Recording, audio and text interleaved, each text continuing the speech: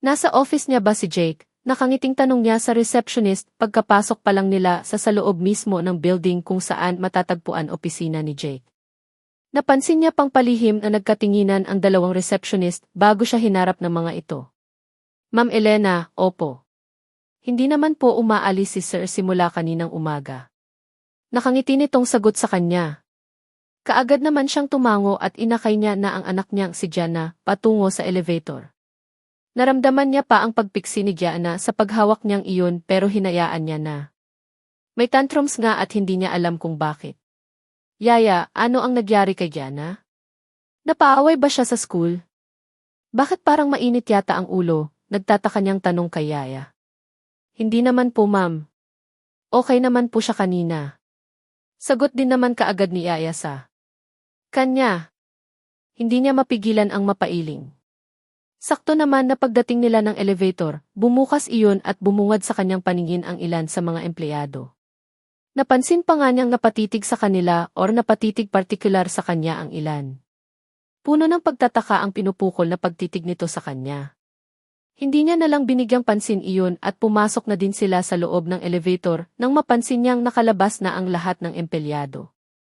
Nang tuluyan silang napaasok sa loob, siya na din ang nagpindot ng top floor button. Mommy, bakit ba kasi hindi kayo nag-aayos? Ani ni Gianna sa kanya. Hindi niya naman mapigilan ang magtaka. Ito ang pangalawang pagkakataon ngayong araw na sinita ng anak niya ang looks niya. Mabuti na lang talaga at silang tatlo lang ang nandito sa loob ng elevator, kung hindi, baka napahiya na siya. Baby, hindi ko naman kasi inaasahan na gusto mo palang dumaan dito sa office ni Daddy. Next time, magsabi ka ng mas maaga. Nakangiting sagot niya dito. Kahit naman medyo nakaka-offend na ang mga lumalabas sa bibig ng anak niya, never siyang ma-offend dito. Anak niya ito eh. Mahal niya at naiintindihan niya. Ang pangit tuloy ng tingin sa iyo ng ibang empleyado. Sana, kagaya ka ng mommy ng mga ka-classmates ko sa tuwing pumupunta ng school. Naka-makeup tapos sexy din ang mga damit nila. Narinig niyang wika nito. Hindi niya naman mapigilan ang mapabuntong hininga. Gusto niya pa nga sanang pagsabihan ito dahil sa ugali nito ngayong araw pero hindi na nangyari. Lalo na at bumukas na ang pintuan ng elevator. Nandito na sila sa top floor kung saan matatagpuan ang opisina ni Jake. Mabilis silang lumabas. Naglakad patungo sa isang nakaupong babae na walang iba kundi ang sekretary ni Jake. Abala ito sa harap ng computer pero nang mapansin nito ang pagdating nila, kaagad itong napangiti. Good afternoon, Ma'am Elena. Good afternoon, Little Miss Gianna. Nakangiti nitong kaagad na bati. Good afternoon, Miss Tess. Nandyan ba ang boss mo sa loob ng office niya? Walang paligoy, ligoy niyang tanong dito. Nakangiti namang kaagad itong tumango. Yes po, ma'am. Nasa loob po si sir pero may kausap pa po siya. Anak ng isa sa mga business partners. Nakangiting sagot nito. Tumango naman siya. Kapag ganitong nasa office si Jake, hanggat maaari, ayaw niya sanang maistorbo ito sa trabaho. Kaya lang, sadyang makulit itong anak nilang si Gianna eh. Ipinaglalaban talaga nito na gustong makita ang ama. I want daddy, ani naman ni Gianna at walang sabi-sabing naglakad ito patungo sa pintuan ng office ni Jake. Walang sabi-sabing binuksan iyon kaya naman mabilis siyang napalapit dito. Gianna, baby, hindi mo ba narinig? May kausap pa daw si daddy sa loob. Wika niya. Dito at akmang hihilain niya na sana si Gianna palabas ng office nang mapatingin siya kay Jake. Bukas na ang pinto ng office nito eh, kaya kitang-kita niya kung sino ang kausap nito. Isa iyong magandang babae. Kagaya ni Jake, nakatingin ito sa kinaroroonan nilang dalawa ni Gianna na halatang nagulat. Elena, ano ang ginagawa niyo dito? Narinig niyang tanong ni Jake. Mula sa pagkakaupo sa swivel chair tumayo ito at naglakad palapit sa kanilang dalawa ni Gianna. Daddy. Jake, naku, pasensya ka na. Itong anak mo kasi gusto ka daw makita. Hinging paumanhin niya kay Jake pero tumango lang ito. Walang sabi-sabing kinarga nito si Gianna at hinalikan sa pisngi. It's okay. It's okay. Basta para kay baby ko, walang bawal, nakangiti nitong wika. Hindi niya naman mapigilan ang mapangiti. Napatingin siya sa babaeng kausap ni Jake kanina lang na noon ay nasa tabi na din ni Jake. Nakangiting nakatingin kay Gianna sabay lahad ng kamay. Hi, I am Tita Annabelle. Nice to meet you, little girl. Nakangiting wika nito. Napansin niyang kaagad na napangiti si Gianna. Na para bang natutuwa ito sa babaeng ngayon lang nakilala. Did they name si Gianna? 6 years old po. Nice to meet you din po, Tita Annabelle. Nakangiti nitong wika. Nagtatanong ang mga matang tumitig siya kay Jake. Actually, wala naman siyang pakialam kung sino-sino ang mga nakakausap nitong si Jake. Ang kanya lang naman ay bakit masyado yatang feeling ang babaeng ito. Mahal, meet Annabelle. Miss Annabelle, wife ko, si Elena. Pagpapapakilala naman ni Jake sa kanilang dalawa ni Annabelle na mukhang feeling. Ewan, siguro may mga tao talagang unang pagkikita pa lang, mainit na kaagad ang dugo. Iyon kasi ang nararamdaman niya ngayon para kay Annabelle. Oh, your wife. Well, nice to meet you, Dmres de la Fuente. May plastic na ngiti na nakaguhit sa labi ni Annabelle na wika nito. Hindi din nakaligtas sa paningin ni Elena ang kakaibang pagtitig sa kanya ni Annabelle, ngunit hindi niya na lang masyadong pinagtuunan iyon ng pansin. Nice to meet you too, Jimmy Annabelle, sagot niya dito pagkatapos noon, hinarap ang asawang si Jake para kausapin ito. Mahal, pasensya ka na ha? Actually, wala naman talaga kaming balak na dumaan dito sa office kaya lang, bigla kasing nagyaya iyang unika iha mo eh. Gusto ka daw makita kaya pinagbigyan ko na, nakangiti niyang wika dito. Bigla kasi kitang na-miss daddy. Nakangusong wika ni Gianna at buong lambing na kumapit ito sa liig na ama. Nakangiti namang hinarap ni Jake si Elena. Okay lang, mahal. Alam mo naman basta para sa inyo ng anak natin, walang problema. By the way, tatapusin ko lang ang pakikipag-usap kay Annabelle and then, sasamahan ko kayo na magmerienda. Sagot nito sa kanya. Nakangiti naman siyang tumango at akmang hahawakan niya sana si Gianna para iayain itong lumabas muna sila ng office, pero mabilis itong pumiksi. No. Dito lang ako, mommy. Mas gusto ko po kay daddy, wika nito. Hopeless na napatitig siya kay Jake na noon ay kaagad namang tumango. Baby, hindi pwede. Nakita mo naman di ba may kamiting ang daddy mo? Baka makaistorbo lang tayo sa work ni daddy. Sa labas na lang tayo maghintay. Nakangiti niyang pagyayaya sa anak niyang si Gianna. Heist, palibhasa kasi makaama kaya halos ayaw na nitong humiwalay kay Jake. Okay lang, mahal. Hayaan mo na ang anak natin. Ako na ang bahala sa kanya. And hindi niyo naman kailangan lumabas eh. Pwede kayo dito sa loob ng office habang hinihintay akong matapos makipag-usap kay Miss Annabelle. Nakangiting wika ni Jake sa kanya, kaya naman kaagad siyang tumango. Naglakad siya patungo sa sofa at naupo. Kaagad namang ibinaba ni Jake si Gianna at sinabihan nito na pumunta muna sa kanya na kaagad din namang tumalima. Naging tahimik siya sa mga sumundo na minuto. Panaka-naka siyang napapasulyap kina Jake at Annabelle na noon ay back to business na naman yata ang pinag-uusapan. Kaya lang may isang topic na nagbigay sa kanya ng atensyon. Iyon ay, Mr. De La Fuente, Dad told me na kung pwede mag-training daw ako dito sa office niyo.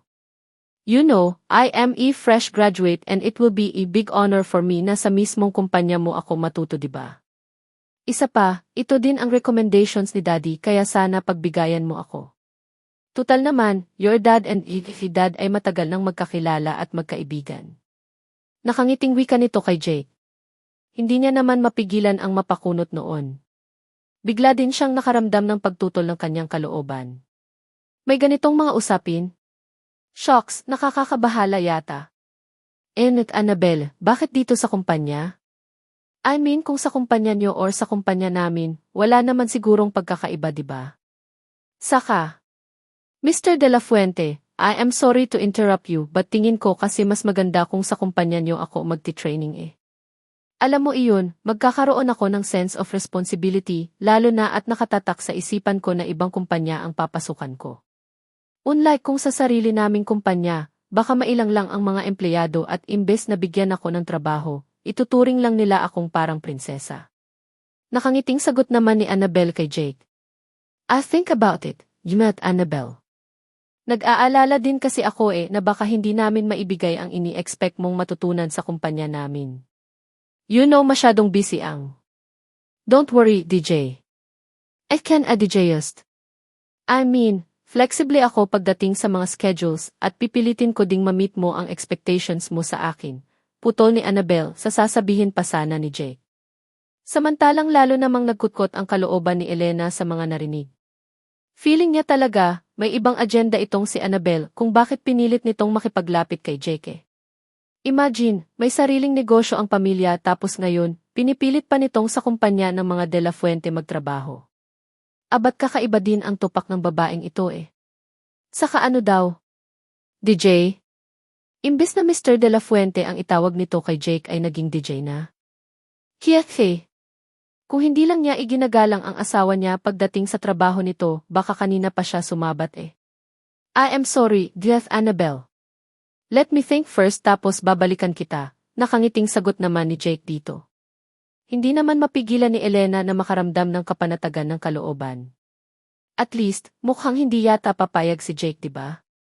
Masaya na siyang makitang mukhang dinidecline ni Jake ang gusto nitong si Annabel eh. Jake said, okay pero sana yes ang maging sagot mo sa akin, DJ. Sana huwag mo akong bigin. Todong ngiti si Annabel na tugon niya kay Jake. Tumayo na din ito nang mapansin nitong tumayo na din si Jake. Nice to meet you again, Juneth Annabel. Wika ni Jake sabay lahad ng kamay. Palatandaan iyon na tinatapos ni Anito ang pakikipag-usap sa bisita. Nice talking to you, DJ. See you soon. Nakangiti nitong wika. Pagkatapos sabihin ang katagang iyon, kaagad itong naglakad paalis pero bago pa ito nakalabas ng pintuan ng silid, nilingon pa nito si Brianna na noon ay abala sa ginagawang paglalagay ng color sa coloring book nito. See you around, little girl. Wika ni Annabel kay Gianna. Kaagad namang nag-angat ng tingin si Gianna at kumaway din kay Annabel. See you around, Tita Annabel. I like you po kasi you're so beautiful po. Sagot naman nito na siyang naging dahilan kung bakit biglang nakaramdam ng kakaiba si Elena sa sarili niya. Feeling niya, bigla siyang nakaramdam ng pagsiselos. Pagkatapos makipag-usap ni Jake kay Annabel, tinupad nito ang pangako na sasamahan silang magmeryenda sa isang restaurant na malapit lang din sa office ni Jake. Habang naghihintay sila sa mga pagkain na inorder niya, hindi niya mapigilan ang sarili niyang tanungin si Jake. Si Annabel ba ay matagal nang kakilala ng pamilya niyo? Nagtataka niyang tanong dito. Napansin niyang kaagad namang tumango si Jake. Yes. Medyo matagal na din. Sagot naman kaagad ni Jake sa kanya. Kaagad naman siyang tumango. Napatitig siya sa salaming dingding ng resto at mula sa kanilang kinaupuan, natatanaw niya ang abalang kalsada. Bakit mo nga pala naitanong? Well, don't tell me na nagsiselos ka kay Annabel, nakangiti nitong tanong sa kanya. Kaagad namang napabaling ang tingin niya dito at pilit nang umiti. Ano? Anong sabi mo? Anong nagsiselos? Hindi sagot niya din kaagad. Seth, sure ka? Elena, palagi mong tandaan. Ang mga pangako ko sa iyo noon ay tutuparin ko. Wala akong balak na tumingin sa ibang babae dahil ikaw pa lang ay sapat na, nakangiti nitong wika. Para namang kinikiliti ang puso niya sa narinig niya mula dito. Otomatiko na gumuhit ang masayang ngiti sa labi niya at lalo siyang nakaramdam ng kilig nang biglang hawakan ni Jake ang kamay niya at pisilin iyon. Well, sa nakalipas na 7 taon na pagsasama nilang dalawa ni Jake, hindi niya naman naramdaman na nagbago ang pagtingin nito sa kanya. Sa mga araw na nagdaan, mas lalo pa nga itong naging sweet sa kanya eh. Kaya nga, hindi din talaga siya nagsisisi na ibigay dito ang lahat kay Jake. Ang puso, ang tiwala at ang pagmamahal ay ibinuhos niya na dito. Thank you, Jake. Promise kagaya ng pangako ko sa iyo sa harap ng dambana, hinding-hindi magbabago ang nararamdaman ko sa iyo. I love you, nakangiti niyang sagot dito. And I love you too, mahal. Siya nga pala next week, birthday party ni Daddy. Maghanda ka ha? Kailangan present tayo sa importanteng araw na iyon. And darating din pala ang mga kapatid ko, kaya isa iyong malaking celebration. Nakangiting wika nito sa kanya. Kaagad namang namilog ang mga mata niya sa tuwa. Talaga? So ibig mong sabihin, darating lahat ng mga kapatid mo, nakangiting tanong niya dito. Lahat ng mga kapatid ni Jake ay kung saan, saang lugar na nakatira. Si Brianna ay halos sabhise na naglalagi kasama ng napangasawa nito na si Jaylord. Si Ate Bella de la Fuente naman ay nasa Hacienda Borlo nakatira. Masayang kasama ang asawa at mga anak samantalang si Fiona naman, nasa kabilang lungsod lang nakatira. Happily married din sa asawang si Harry Johnson. Yes, darating din sila kaya mag-ready tayo. Nakangiting sagot naman ni Jake sa kanya. Kaagad naman siyang napatango. Siyempre, maghahanda din talaga siya. Lalo na at muli niya na namang mamit ang mga mababait na kapatid nitong si Jake. Ilang saglit lang, dumating na din naman ang mga in-order nilang mga pagkain. Merienda daw pero sa dami ng mga in-order nitong si Jake duda siya kung mauubos nila ito. Si Jake pa naman ang taong ayaw i-take out ang mga natirang pagkain. Wala tuloy siyang choice kundi ang kainin ang kaya niyang kainin. Gusto niya na sanang mag-diet dahil mataba na siya pero sayang naman ang mga pagkain kung hindi niya kakainin, diba? Maraming nagugutom sa mundo at hanggat maari, ayaw niya sanang mag-aksaya ng mga pagkain. Mommy, sinabi ni Lola na need nyo na daw pong mag-diet. Habang abala siya sa kakasubo sa mga pagkain na nasa pingan niya, bigla naman nagsalita itong si Gianna. Na-freeze tuloy ang akman niyang pagsubo ulit. Baby, ano ba iyang sinasabi mo? Your mom enjoying the food. Bawal ang diet sa pamilyang ito, sabat din naman kaagad ni Jake. Samantalang hindi naman makaget over si Elena sa sinabi ng anak niya. Napaisip tuloy siya, ganoon na ba siya kadambuhala para pati anak niya mukhang pinagbabawalan na siyang kumain ng marami. Shocks! Mabilis na lumipas ang mga araw. Wala naman siyang napapansin na kakaiba sa asawa niyang si Jake pagkatapos nila itong bisitahin sa opisina nito at makita niyang may kamiting itong babae na nagngangalang Annabelle. Ah, Jake, anong oras na? Kakauwi mo lang, antok na tanong niya kay Jake. Kakaidlip niya lang din nang dumating ito. Paano ba naman kasi, habang naghihintay siya dito, nagpa siyang magsulat ng nobela hanggang sa hindi niya na namalayan pa ang oras. Pasimple siyang napasulyap sa orasan na nasa bedside table at muling napatitig kay Jake. Halos alauna na ng madaling araw at may naaamoy niyang amoy alak ito. Ibig sabihin, nakainom pala itong si Jake. Baka sa bar naglagi or what? Pero usually, nagpapaalam naman ito sa tuwing may biglaan itong lakad. Kagabi lang hindi dahil ang akala niya dinner meeting na naman ang pupuntahan nito, pero alauna na ng madaling araw. Ang tagal naman ng dinner meeting na iyan. First time nitong umuwi ng ganito kalate, kaya hindi niya maiwasan ang magtaka. Sorry mahal. Medyo napahaba ang discussion at hindi ko na namalayan ang oras. Nakangiting sagot ni Jake sa kanya. Dumukwang pa ito para bigyan siya ng halik sa noo, kaya naman kaagad na din siyang napatango. Okay sige maglinis ka na ng katawan mo para makatulog ka na din ng amoy alak ka. Seryosong sagot niya dito. Yes, nakainom ako, mahal. Pero kaunti lang naman.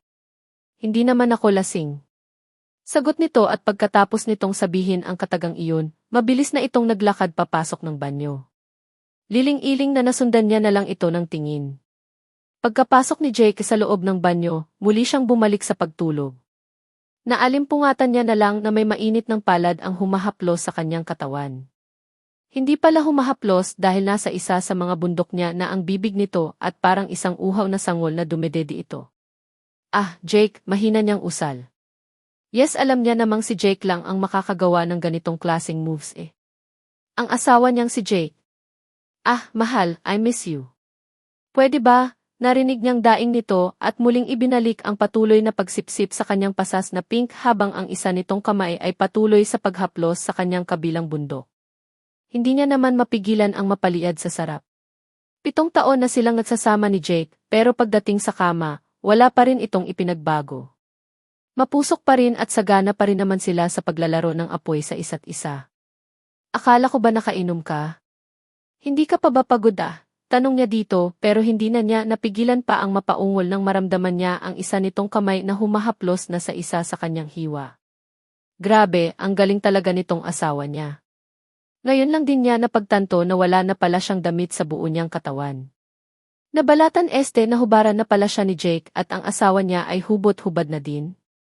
Halatang pagkatapos nitong maglinis ng katawan, hindi na ito nag-abala pa na magbihis ng damit dahil may balak pala itong mukbangin siya. Jake sige pa. Ganyan nga. Shit, ang sarap, mahina niyang usal. Nilubayan na ni Jake ang bundok niya at umakyat ang halik nito patungo sa kanyang leeg hanggang sa makarating ito sa kanyang labi. Pinagsaluhan nilang dalawa ang mapusok na halik habang ramdam niya na ang isang darili ni Jake na patuloy na humahagod sa kanyang namamasa ng hiwa. Shit, bakit ba ganito pa rin kalaki ng epekto sa kanya ni Jake? Habang nagtatagal ang kanilang pagsasama, mas lalo pa yatang naging spacey ang pagsasama nila Elena, mahal. I love you, mahinang anas ni Jake pagkatapos na mahiwalay ang kanilang mga labi. Parehong habon nila ang kanilang paghinga, kaya hindi mapigilang mapangiti ni Elena. I love you too, Jake, nakangiti nitong bigkas. Pagkatapos niyang sabihin ang katagang iyon, pilit niyang pinapaalis ang asawa niya sa ibabaw niya. Nagtataka naman tumitig ito sa kanya. What? Nakangiting tanong nito. Ako naman ang magtatrabaho ngayong gabi. Malanding sagot niya dito. Natawa naman ito kaya naman mabilis itong umalis sa ibabaw niya at walang sabi-sabing tumihaya. Samantalang hindi niya mapigilan ang mapalunok ng laway nang mapagmasdan niya ang magandang katawan ng asawa niya. Lalaking lalaki si Jake. Sa nakalipas na 7 taon, hindi siya nito binigo pagdating sa kama, kaya naman pilit siyang nakikipagsabayan dito. Hindi na siya nag-atubili pa at pumwesto na siya sa ibaba nito, at gamit ang medyo nanginginig niyang mga kamay dahil sa matinding antisipasyon, walang sabi-sabing. Hinawakan niya ang naghumindig nitong alaga at walang sabi-sabing sinalsal. Ah, pak! Kamay pa lang iyan pero ang sarap na, mahal, narinig niyang wika ni Jake. Hindi niya naman mapigilan ang muling mapangiti. Wala siyang planong salsalin lang itong si Jake hanggang sa labasan ito. Of course, may iba siyang gustong gawin. Dahan-dahan niyang ibinaba ang ulo niya patungo sa alaga nito. Inamoy-amoy niya muna ang dulo ng pagkalalaki nito bago dinilaan na parang ice cream. Kaagad niyang nalasahan ang prekom nito. Grabe, walang katulad ang lasa. Dinig niya ang muling ni Jake. Na para bang nasisiyahan ito kaagad sa ginagawa niya. Pak! Ah! Ang sarap, narinig niyang wika nito. Muli niyang dinilaan ang dulo ng pagkalalaki nito habang inuumpisahan niya ng lamasin ng buong pag-iingat ang dalawa nitong itlog. Muling napaliyad si Jake kasabay ng mahinan mura na kumawala sa bibig nito. Alam niyang satisfied ang asawa niya sa performance niya kaya naman mas lalo niyang pinag-igihan ang ginagawa niya. Hindi na lang pagdila na parang ice cream ang ginagawa niya sa ulo ng sandata nito, kundi dahan-dahan niya na iyong isinubo. Oh, shit Elena! Ang galing mo, mahinang usa ni Jake. Enjoy na enjoy si Elena sa pagsubo ng alaga ng asawa niyang si Jake, habang hindi naman mapigilan ni Jake ang mapaungol. Talaga naman kasing magaling silang magpaligaya sa isa't isa 7 taon na silang nasasama at kabisado na nila ang kiliti ng bawat isa. Mahal, feeling ko lalabasan ka agad ako sa ginagawa mong iyan Mahinang usal ni Jake. Naging hudyat iyon kay Elena na itigil niya na ang ginagawa niyang pag-blowjob sa asawa niya. Walang pagdadalawang isip na pumatong siya sa ibabaw nito pero hindi niya napaghandaan ang ginawa ni Jake. Pati hahaya siyang ihiniga nito sa kama, kaya wala na siyang nagawa pa kundi ang magpaubaya na lang. Ako na ang bahala. Late na at gusto ko na din tapusin kaagad ito lalo na at may pasok pa ako bukas ng umaga sa office. Nakangiti nitong wika. Hindi niya naman mapigilan ang matawa. Hanggang sa ipinwesto na ni Jake ang sarili nito sa ibabaw niya at walang sabi-sabing kumadyot. Hindi niya mapigilan ang mahigpit na mapayakap dito nang dahan-dahan niyang naramdaman ang pagbaon ng mahaba at mataba nitong sandata sa perlas ng silangan niya. Oh, Jake! Grabe, ang sarap, mahina niyang usal. Yes, still you are so very tight pa rin mahal. Ang sarap mo talaga, mahinang usal naman ni Jake sa ibabaw niya. Hindi niya naman mapigilan ang mapangiti. Ang bawat pagkadyot ni Jake sa ibabaw niya ay sinasabayan niya din ng pagkadyot pasalubong dito. Mas lalo naman itong ginaganahan. Ah! Ah, Jake, sige pa. Sige pa, mahina niyang usal. Halos tumirik ang mga mata niya sa sarap. Bukang-bukang ang perlas ng silangan niya dahil sa ginagawa nitong ito sa kanya. Makailang ulos pa ang ginawa ni Jake mula sa ibabaw niya bago nila sabay na narating ng ruro. Paehong habol ang nilang dalawa ang paghinga habang nasa ibabaw pa rin niya si Jake. That was fantastic, usal ni Jake mula sa ibabaw niya. Hindi naman mapigilan ni Elena na mapangiti. Nasa loob pa rin ng perlas ng silangan niya ang naghumindig na alaga ni Jake. Ayaw pa rin ni Jake umalis sa ibabaw niya. Ayos lang naman, hindi naman ito mabigat kaya naman walang problema. Mas gusto niya nga ang ganito eh. Ramdam nila pareho ang init ng mga katawan hanggang sa namalayan niya na lang ang mahinang paghilik ni Jake sa ibabaw niya. Nakasubsob ang ulo nito sa kanyang liig kaya naman, dahan-dahan niya itong itinulak para makaalis na sa pagkakagan sa kanya. Umuwal lang naman ito sa ginawa niya pero hindi nagreklamo. Pagkaalis ni Jake sa ibabaw niya, muli itong umikot at humarap sa kanya. Yumakap ng mahigpit at isinubsob ulit ang mukha nito sa liig niya. Muling napangiti si Elena. Super satisfied siya sa nangyari sa pagitan nilang mag-asawa at hindi siya magsasawang paulit-ulit na bangitin na super swerte niya sa asawa niya. Late nang umuwi pero nagawa pa rin umiscore. Kanina pa si Elena nakatitig sa harap ng salamin. Hindi niya mapigilan ang makaramdam ng lungkot habang pinagmamasdan niya ang sarili niyang reflection sa salamin. Malungkot siya and the same time, sobrang dismayado niya. Paano ba naman kasi ang pangit na pala niya? Yes, hindi siya natutuwa sa nakikita niya sa harap ng salamin. Ngayon niya lang din kasi napagtanto na sobrang lusog na pala siya. Siguro, kailangan niya na talagang mag-diet, lalo na at para ng coke in can ang katawan niya. Walang kaporma-porma at hindi talaga bagay sa suot niyang plus size na party gown. Hindi niya tuloy mapigilan ang mapailing. Parang bigla siyang sinampal ng katotohanan na kailangan niya ng mag-diet. Hindi pwedeng ganito siya forever. Baka maumay sa kanya si Jake at maghanap ng sexy na babae. Heist, kung hindi lang siguro kaarawan ng biyanan niyang lalaki na si Dominic de la Fuente, parang ayaw niya na yatang umattend sa party na ito eh. Parang mas gusto niya na lang ikulong ang sarili niya sa loob ng bahay at magmukmok. Ngayon niya lang kasi napagtanto na napabayaan niya na nga pala talaga ang sarili niya. Hey, ano ang nangyayari sa iyo? Kanina ka pa dyan sa harap ng salamin ah. Hindi ka pa rin ba tapos? Muli siyang napabuntong hininga nang marinig niya ang boses na iyon ni Jake. Jake, ang lusog ko na pala. Kaya pala palagi akong sinasabihan ni Jana na mag-diet na, mahina niyang sambit. Nagulat na lang siya ng isang malakas na pagtawa ang sunod niyang narinig si Jake. Kunot noon niya itong tinitigan. Sorry, I can't help it. Well, mahal, kahit naman mataba ka na ikaw pa rin naman ang love ko eh. I mean maganda ka pa rin kahit mataba ka, kaya huwag ka nang malungkot dyan. Nakangiti nitong wika. Pinagtaasan niya lang ng ito ng kilay at muling itinoon ang paningin niya sa sarili niyang reflection sa salamin. Isa lang ang iniisip niya ngayon. Kailangan niyang mag-diet ulit para bumalik sa dati ang hubog ng kanyang katawan. Maganda ang pangangatawan ni Jake at gusto niya iyon masabayan. Heist, kung bakit naman kasi nakalimot siya eh. Talagang siya itong taong literal na napabayaan sa kusina, kaya kailangan niya ng gumawa ng paraan para bumalik sa dati ang alindog niya. Happy birthday, Daddy, nakangiting bati ni Jake sa ama nitong si Mr. Dominic de la Fuente na kaagad na din namang ginaya ni Elena. Happy birthday, Dad, nakangiting bati niya din dito. Thank you. Thank you sa inyong dalawa. Teka lang, nasaan na nga ba pala ang apo kong si Jana Ashley? Nakangiting tanong naman kaagad ni Daddy Dominic sa kanila. Nandito kasi sila sa loob ng living room samantalang pagdating pa lang nila, kaagad nang niyaya si Gianna ng mga pinsan nito na maglaro sa garden. Nandito ang lahat ng mga anak nila Daddy Dominic. Si Brianna Luise at ang asawa nitong si Jaylord Montenegro, kasama ang 5 nitong mga anak. Si Kuya Brian naman at ang asawa nitong si Angela ay may 3 anak na samantalang sila Bella de la Fuente at Kenzo Borlo ay may 2 anak na Nadine si Fiona naman at Harry ay may 1 anak kaya naman kung apo ang pag-uusapan. Jackpot itong mga biyanan niya. Nasa labas po si Jana, Dad. Nasa mga tita at tito niya kasama ng mga pinsan. Nakangiting sagot naman kaagad ni Jake sa ama nito. Ganoon ba?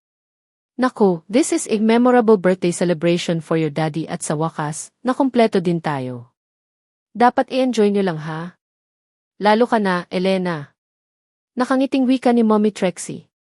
Nakangiti namang kaagad siyang tumango. Opo, thank you po, Mom, sagot niya. Marami pang mga bisitang darating. Ang tita Francie nyo at tito Charles nyo darating din kasama din ang mga anak at mga apo kaya isa itong mahabang gabi sa ating lahat. Lalo na sa iyo, Elena. Ihanda mo ang sarili mo dahil ipapakilala ka namin sa mga kaibigan at mga kamag-anak. Nakangiting wika ni Mommy Trixie. Nakangiti namang kaagad siyang tumango kahit na ang totoo, nahihiya din siya. Pagkatapos ng pakikipag-usap sa mga biyanan niya, niyaya na siya ni Jake palabas. Makikihalubilo na daw sila sa iba pang mga bisita at sa paglabas nilang iyon, ang unang sumalubong sa kanila ay ang nakangiting mukha ni Fiona. Hi, Ate Elena, wika nito.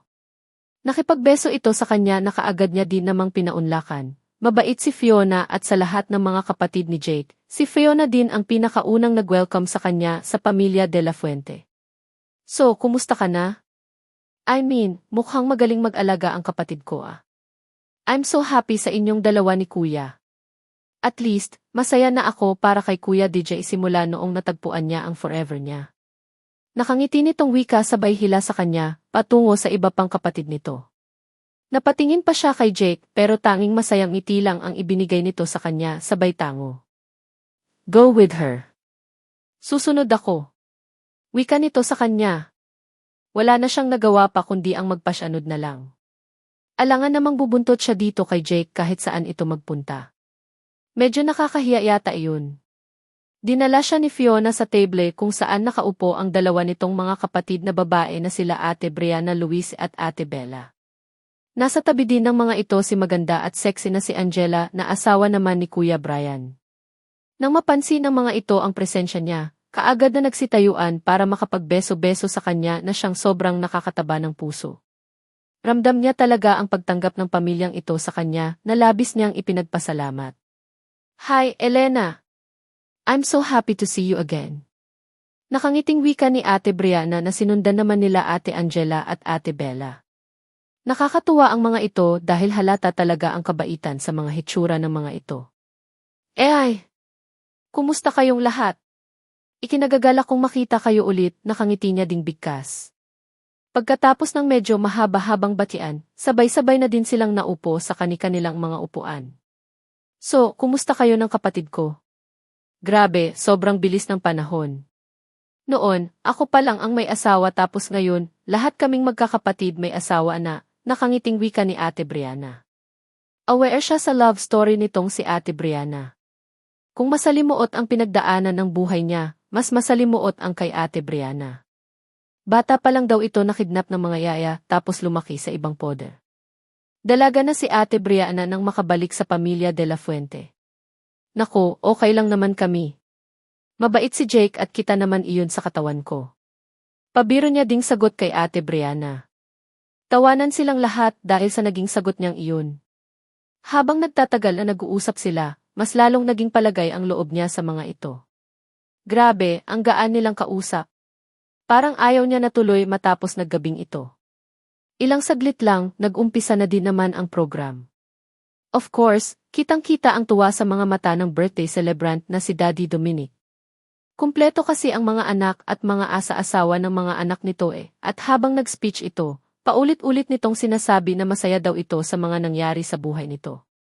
Lahat din sila ipinakilala sa mga bisita, kaya naman feel na feel niya din tuloy ang pagiging miyembro ng pamilya de la Fuente.